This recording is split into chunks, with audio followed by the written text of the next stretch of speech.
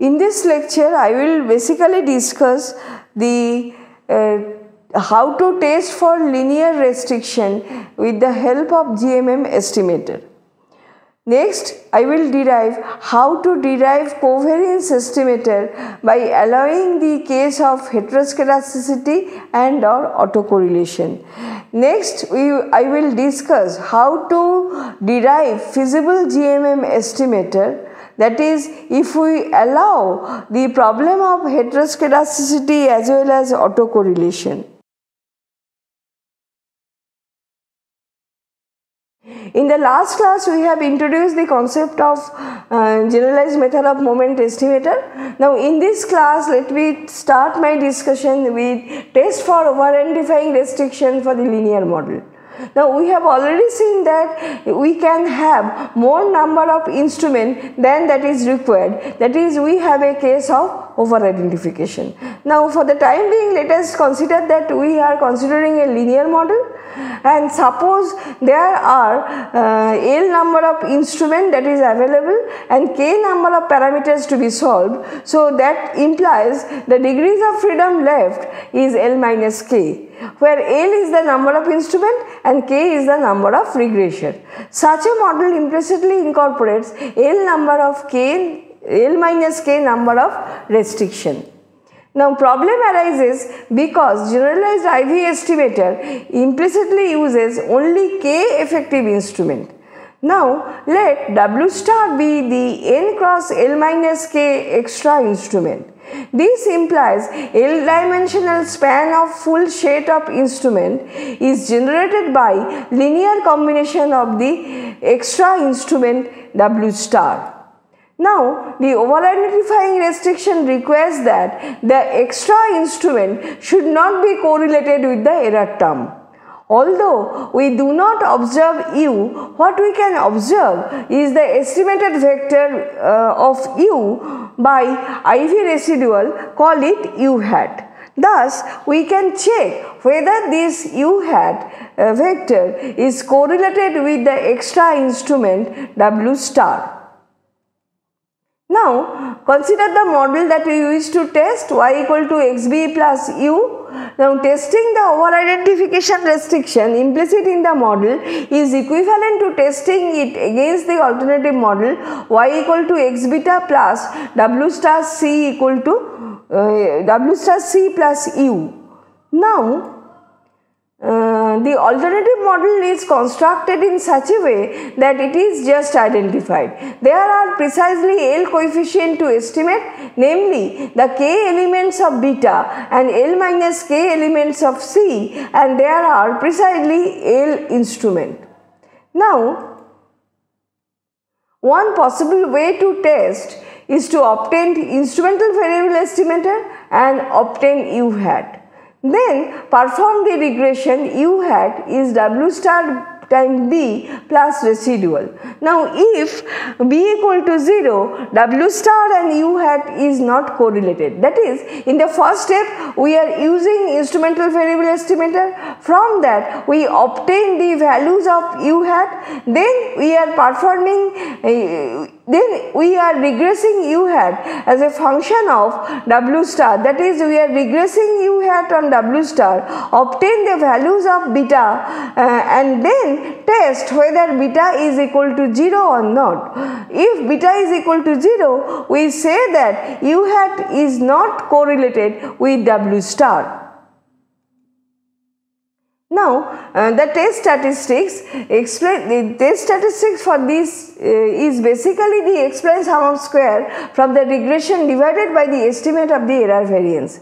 Now, error sum of square is basically the criteria function that has been minimized in order to arrive at the instrumental variable estimator.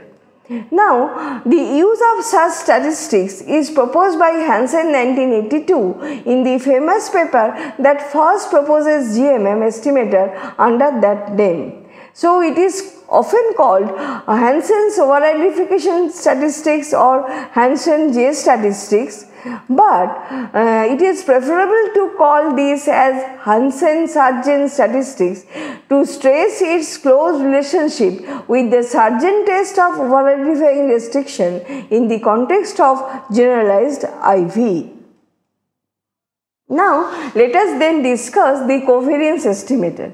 Now, choosing the right weighing matrix is most important for GMM estimator, because the expression for GMM estimator in turn depends on the choice of the right weighing matrix. There have been many econometric papers written on this subject. Now, estimation results can be sensitive to the choice of the weighing matrix. Now, while deriving the weighing matrix or covariance estimator, till now we have not considered the possibility that heteroscedasticity and autocorrelation be a part of our model. Now, how to take account for this? Now, if we want to take into account the problem of heteroscedasticity as well as autocorrelation, we need to modify the covariance matrix in the presence of heteroscedasticity and autocorrelation. Now, let us first consider the case of heteroscedasticity. Now, in the presence of heteroscedasticity, one can perform White correction. Now, under White correction, the diagonal term of the estimated variance covariance matrix will represent the heteroscedastic variance, and off diagonal form or off diagonal term will be equal to 0. Now, let us note that the W matrix, that is the weighing matrix, can be written as limit t tends to infinity 1 by t. This is a double sum. One is q running from 1 to t and another is p running from 1 to t. mp xt plus I z t beta prime mq xt plus I z beta. So, this is basically the representation of some cross product term representing the MP and MQ, where MQ is the qth row of the T cross N matrix of the sample moments. So, basically you are using the variance covariance matrix, that is the variance covariance matrix among the different explanatory variables. Now, for the appropriate problem, and the weighing matrix are minimization of u prime z, w inverse z prime u, and from the minimizing this expression, you can able to generate the value of the weighing matrix, that is w. Now, weighing matrix can be consistently estimated by using any consistent estimator of the model parameter and substituting the expected value of the squared residual by the actual residual. Note that the only difference here is that we are generalizing the problem by allowing instrument, that is jets. So, since you have more instrument than that is required, you need to construct minimization of this quadratic term in order to arrive at the value of or the expression for the weighing matrix W. Now, the problem next, introduce the problem of autocorrelation. The problem is that with autocorrelation, it is not possible to replace the expected value of the squared residual by the actual value from the first estimation. It would lead to inconsistent estimate of the autocovariance matrix J. The problem is that asymptotically the number of estimated autocovariances grow at the same time and same rate as the sample size. Thus, whilst unbiased W is not consistent in the mean square sense. Now, thus we require a class of estimator that circumvents this problem, a class of estimator that prevent autocovariances from growing with the sample size, or W is equal to J equal to minus T minus 1 to plus T plus 1 omega J gamma J. So if you take such kind of W, you can rule out the possibility that autocovariance function may not grow over time. Now key to choose is the sequence of W such that the sequence of weight approaches unity rapidly enough to obtain the asymptotic unbiasedness, but slowly enough to ensure that variance of the convergence goes to 0. The lag window is expressed as Wj equal to Kj by B divided by Bt. And using this concept, you can get the heteroscedastic and autocorrelated consistent matrix, that is Hack matrix representation, which is equal to W hat, which is gamma hat 0 plus j running from 1 to p kj by pt multiplied by gamma j plus gamma minus j. So, estimating W hat, we are able to provide the Hack matrix estimation. Now, Kj by Bt is a kernel function and Bt is called bandwidth. The intuition behind is that Bt stresses or contracts the distribution. It acts as a scaling parameter and Kray's rate is referred to as lagged window generated. Now, when the value of the kernel is 0 for z greater than 1, Bt is called the lag truncation parameter. Autocovariances corresponding to lag greater than Bt are given by their weight. The scalar Bt is often referred to as the bandwidth parameter. So, Bt is basically the lag truncation parameter and autocovariances corresponding to lags greater than Bt are given 0 weight. So, if you have lags greater than Bt, from Bt onwards, the values of the lags are equal to 0. That is, you are not putting you are basically putting 0 to the weight beyond Bt. Now, in the literature, you have two type of estimator. One is quadratic and other is Bartlett. Now, for example, Niue and West suggest a Bartlett type of function where W hat is equal to gamma hat 0 plus j running from 1 to p 1 minus j by p plus 1 multiplied by gamma hat j plus gamma hat minus j. The expression of W hat guarantees positive definiteness, which is something that we desire since we would look like a positive variance. So, under Niue and West condition, you can ensure the positive definiteness of this weighing matrix W.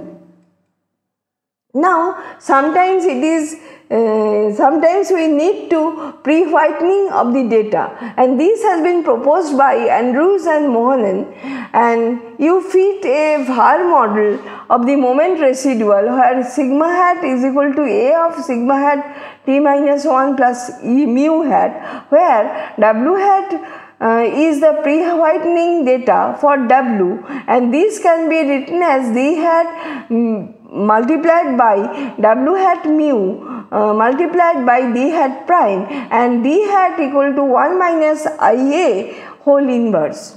This is known as whitened estimate, and this can be used to any kernel. Now, let us consider some example of the linear model. Now, estimate by IV, which is consistent but it is inefficient, and using this you can get the instrumental variable estimate beta hat equal to x transpose z, z transpose z inverse, z transpose x whole inverse, z transpose x, z transpose z inverse, z transpose y. Now, use this estimate to construct the expression for W Now using the expression for W, you can get beta hat equal to z time x prime z multiplied by W hat inverse z time x whole inverse x times z W hat inverse z times y. Now here the iterative procedure can be employed in order to estimate the values of W hat. In practice, after obtaining the Hack estimate, that is heteroscedastic as well as autocorrelated corrected estimates of the variance covariance matrix, we are in a position to generate feasible efficient GMM estimator. In practice, efficient GMM estimator in the presence of heteroscedasticity and autocorrelation of the unknown form work as follows. Here we basically use the iterative procedure. Now in the first round, what we do, we first obtain the inconsistent but inefficient estimate, probably by using the generalized IV. So in the first step, use the generalized IV, and from them you obtain the value of W, and value of W is may be consistent but it may be inefficient. Now in the next step, using the residual from the instrumental variable you had, we obtain the estimated variance covariance matrix either by Hansen-White estimator or Neve-West estimator or by some Hack estimator. Now once we obtain the values of the Hack estimator, in the second round we obtain the new estimate of GMM. And what we get is a continuously upgraded GMM. Now where to stop? Whether we stop after one round or continue until the procedure converges, the estimates have the same asymptotic distribution if the model is correctly specified. So when we find that the estimates have the same asymptotic distribution, then we conclude that the model is correctly specified and stop the upgradation process. That is basically what we do. You take any initial value of instrumental variable, obtain the residual by using that instrumental variable estimator, then using that residual obtain variance covariance matrix, and then using the estimated variance covariance matrix obtain the values of the estimator, the continuously updated GMM estimator. However, there is evidence that performing more iteration, you have improvement in the finite sample observation. As usual, the covariance metric estimator can be used to construct pseudo t-test and other world test, and asymptotic confidence interval and confidence region may also be based on it. So using these covariance metrics, one can carry out the pseudo t-test and other world test, and also can consider the asymptotic distribution of the variables. In this lecture, I have discussed how to test for over-identifying restriction if you assume the linear model. We have then discussed how to derive the covariance estimator if we allow for heteroscedasticity and or autocorrelation. Now, if you have the problem of heteroscedasticity and or autocorrelation, you need to construct the Hack matrix, that is the heteroscedasticity and autocorrelation corrected estimator.